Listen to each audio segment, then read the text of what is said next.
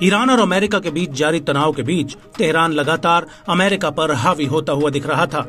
लेकिन इस सब के बीच ईरान में एक ऐसी घटना हुई है जिससे इब्राहिम राइसी की सरकार बैकफुट पर आ गई है। दरअसल एक तरफ जहां ईरान इजराइल के वेस्ट बैंक में युवाओं के हाथों में बंदूकें थमा रहा था, वहीं दूसरी तरफ अब ऐसा लग रहा है कि खुद ईरान उसी चरमपंथ की चपेट में आ गया है। दरअसल ईरान की एक शिया दरगाह पर बड़ा आतंकी हमला हुआ है और इस हमले में एक व्यक्ति की जान चली गई है, जबकि 8 लोग घायल हुए हैं। ईरान ने इस हमले को एक आतंकवादी हमला बताया है जो शाह चिराग दरगाह पर हुआ है।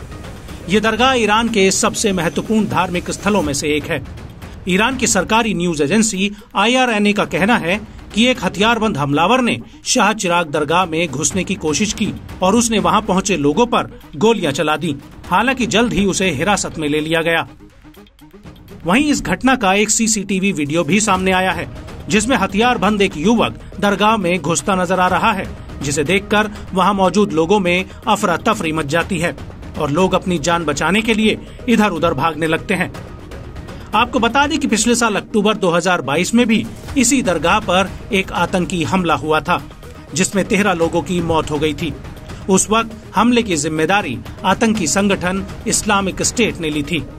वहीं इस हमले को लेकर ईरान का कहना है कि हमलावर ने दरगाह में घुसने की कोशिश की थी।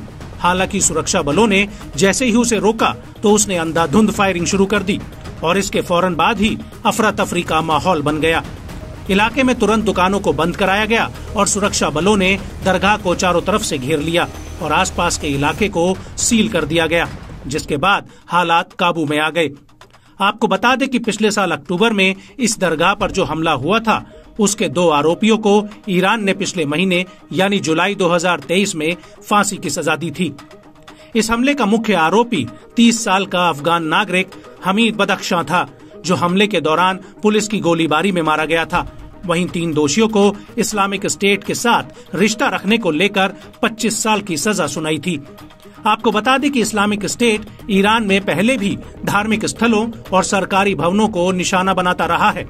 IS ने साल 2017 में ईरान में 2 बड़े हमले किए थे।